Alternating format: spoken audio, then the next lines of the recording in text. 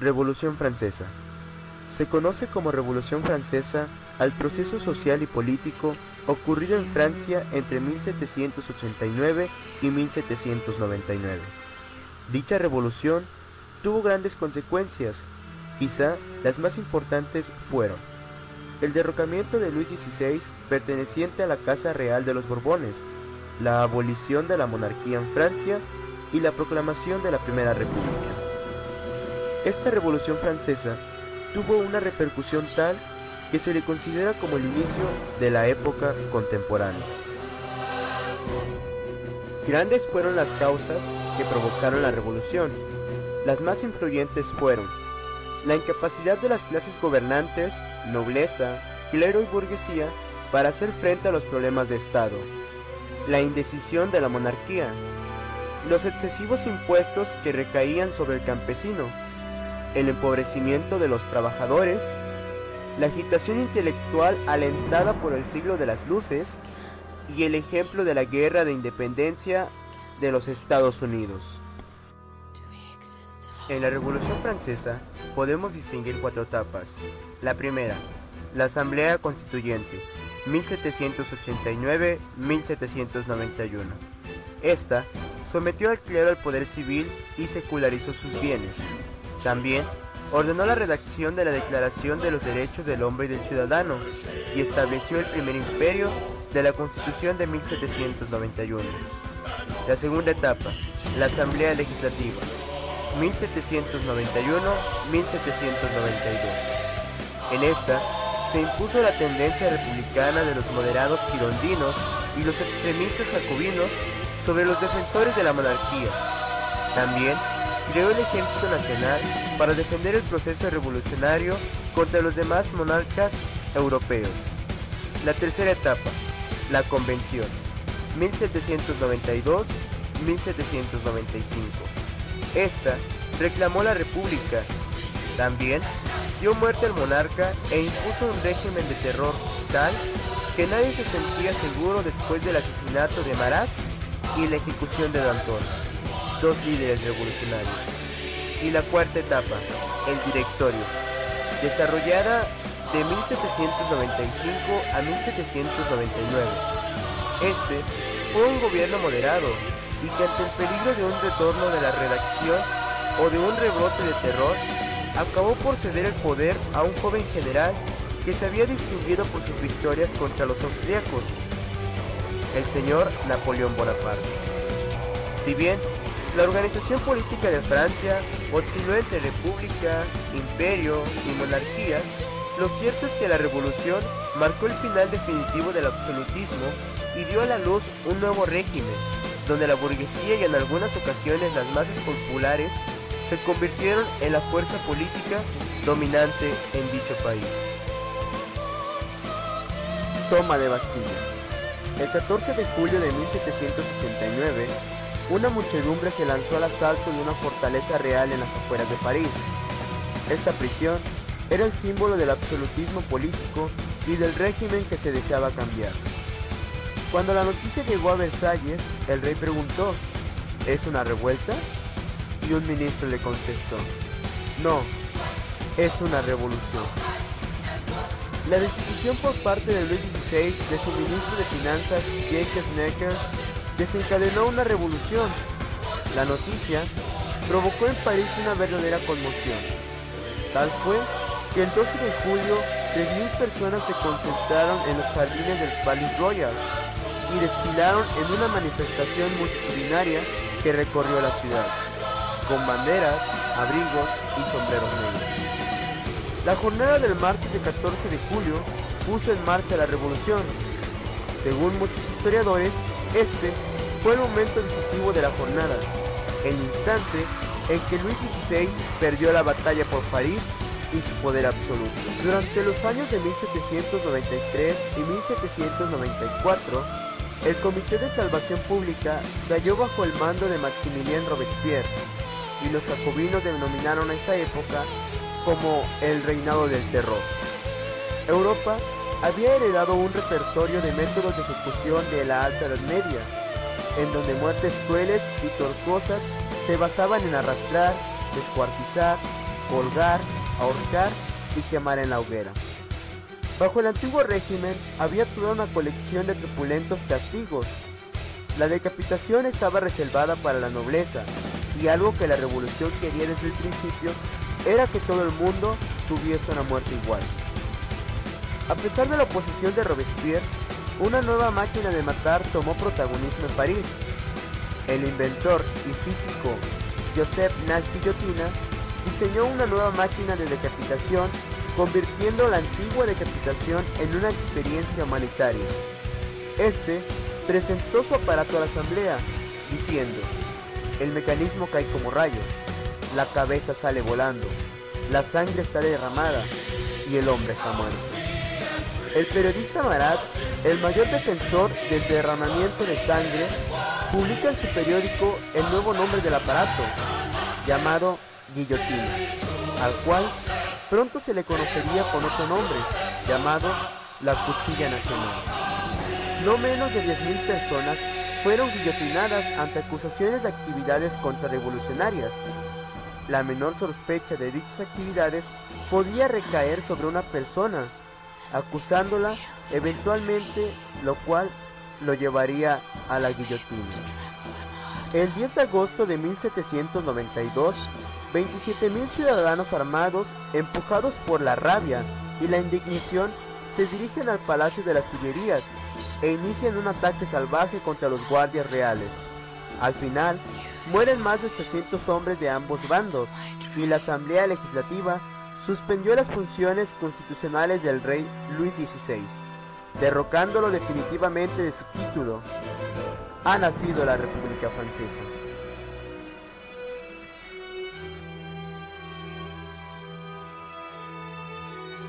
Robespierre encabezó la revolución y cambió la estructura de Francia. Estableció un nuevo orden de sociedad e instauró un sistema sangriento y tiránico para asegurarse el éxito. Pero él estaba destinado a ser una de las últimas víctimas de este sistema. El 27 de julio de 1794, la guillotina acababa con el incorruptible, y la última sangre del terror es derramada. El terror muere con Robespierre, pero la revolución no. Los derechos del hombre, la democracia, la nueva república, los logros de la revolución sobrevivirán más que cualquiera de los propios revolucionarios. Francia entrará en un periodo de incertidumbre, paralizada por el miedo a otro terror o incluso a algo peor: la vuelta a la pasada monarquía opresiva. Pasarán 5 años de estancamiento hasta que una vez más el poder se consolide en manos de un hombre, Napoleón Bonaparte. El grito pidiendo justicia perdurará para siempre: libertad, igualdad, fraternidad, por la revolución.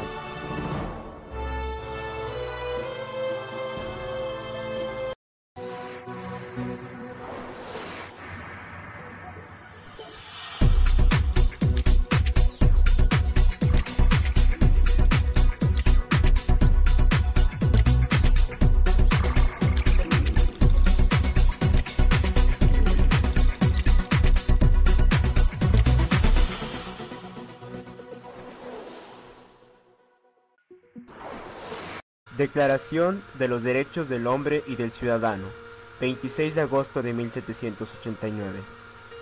Los representantes del pueblo francés, constituidos en Asamblea Nacional y considerando que la ignorancia, el olvido o el menosprecio de los derechos del hombre son las únicas causas de las calamidades públicas y de la corrupción de los gobiernos, en base a eso, la Asamblea Nacional reconoció y declaró en presencia del Ser Supremo y bajo sus auspicios los siguientes derechos del hombre y del ciudadano.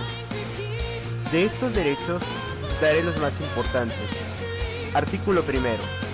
Los hombres nacen y permanecen libres e iguales en derechos. Artículo tercero. El principio de toda soberanía reside esencialmente en la nación. Artículo cuarto. La libertad consiste en poder hacer todo aquello que no perjudica a otro. Por eso, el ejercicio de los derechos naturales de cada hombre garantizan a los demás el goce de los mismos derechos. Artículo 11. La libre comunicación de pensamientos y de opiniones es uno de los derechos más preciosos del hombre. Todo ciudadano puede hablar, escribir e imprimir libremente. De esta manera, debemos recordar que en 1789, por primera vez en la historia hablamos de derechos. Esta declaración constó de 17 artículos en donde se trataba acerca de aquello a lo que el pueblo tenía derecho, pero también a las contribuciones que tenía obligación de responder como ciudadano. Por primera vez en la historia, la sociedad fue tomada en cuenta.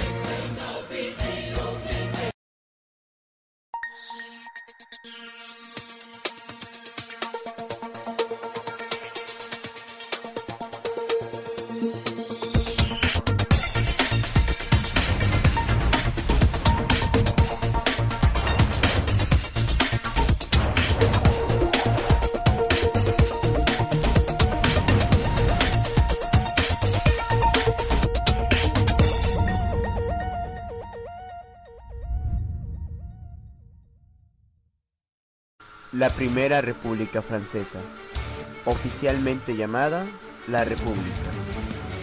Esta fue proclamada el 21 de septiembre de 1792, en el transcurso de la Revolución Francesa.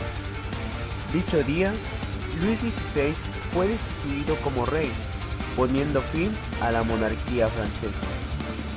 La República duró un total de 12 años, hasta el establecimiento del Primer Imperio, por parte de Napoleón Bonaparte en 1804. La Primera República pasó por 3 formas distintas de gobierno durante sus 12 años de existencia.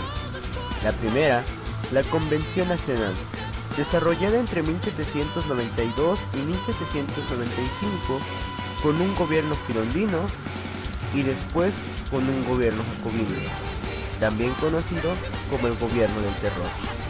La segunda etapa fue el Directorio, desarrollada entre 1795 y 1799. Esta fue de carácter más moderado y caracterizado por las victorias militares del ejército de la República. La tercera etapa de gobierno fue el Consulado, desarrollada entre el 10 de noviembre de 1799 y el 18 de mayo de 1804. Creado a raíz del golpe de estado del 18 de Brumario y definido por la Constitución del año 8.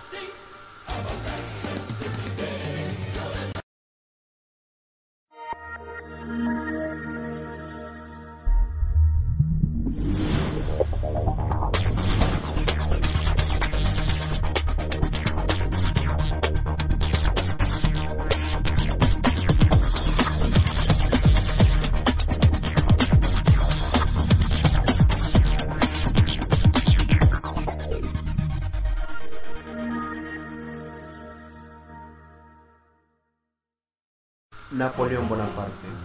Ajaccio, 15 de agosto de 1769, Santa Elena, 5 de mayo de 1821. Fue un militar y gobernante francés. Napoleón dirigió la política francesa durante 15 años. Gracias al prestigio que le dieron sus campañas de Italia y de Egipto, pudo dar un exitoso golpe de estado que le permitió derrocar al Directorio y crear el Consulado, en el cual asumió el cargo de primer cónsul. 3 años más tarde se declaró cónsul único y vitalicio, y un decreto senatorial de 1804, ratificado por un plebiscito, lo proclamó emperador de los franceses. La campaña de Italia de 1796-1797.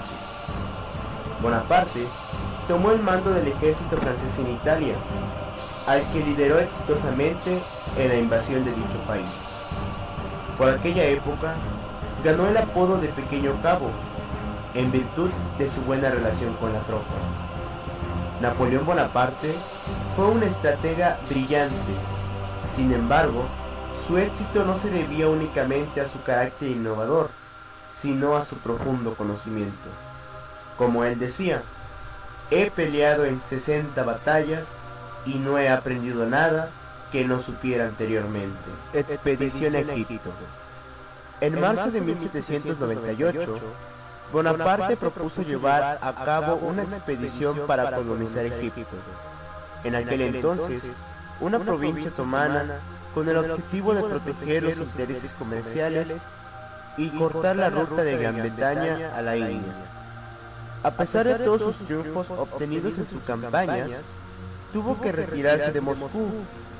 Sus enemigos lo derrotaron en Leipzig y lo enviaron a la isla Elba. Logró escapar y gobernar a Francia durante el breve periodo llamado los 100 días, y fue decisivamente derrotado en la batalla de Waterloo en Bélgica, el 18 de junio de 1815, siendo desterrado por los británicos a la isla de Santa Helena, donde falleció en 1821.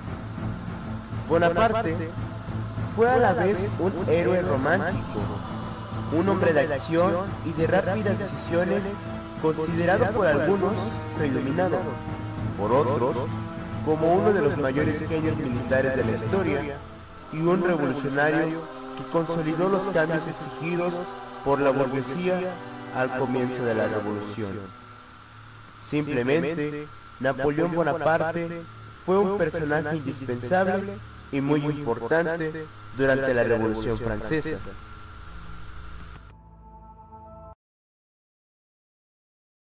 La Revolución Francesa nos demuestra cómo un mal gobierno nos lleva a una gran crisis y a un manifiesto de inconformidad y maltrato. Un personaje incapaz de gobernar por su experiencia y capacidad, y además el manifiesto de esta sociedad por medio de personajes importantes, como lo llegaron a ser Diderot y Danton, provocaron una revolución, de la cual nos damos cuenta de hasta dónde podemos llegar por obtener el poder. Un gran ejemplo fue Robespierre, quien estaba en contra de que se corriera la sangre en vano, y al final fue uno de los principales partidarios de ella, con el conocido gobierno del terror.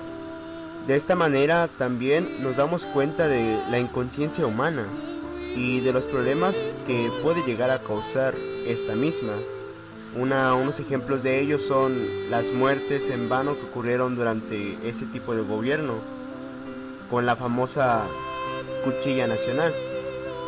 Por otra parte, la Declaración de los Derechos del Hombre y del Ciudadano fue lo más rescatable, y además un suceso en donde por primera vez se les tomaba en cuenta y se les respetaba a los ciudadanos por igual. Por primera vez se hablaba de derechos.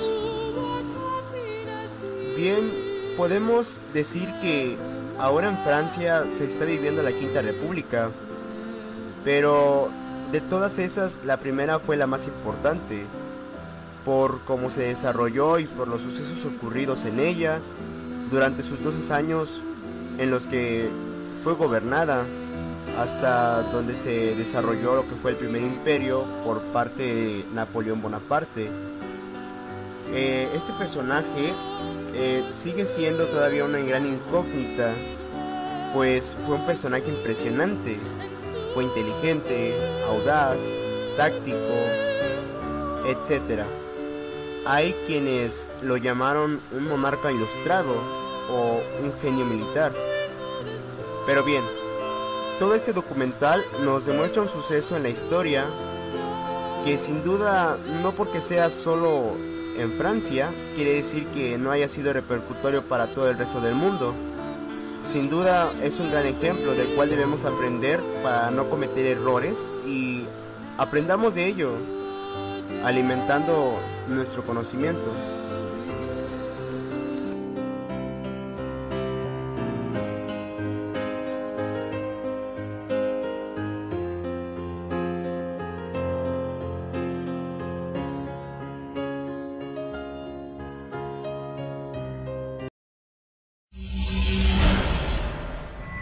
Radar contact.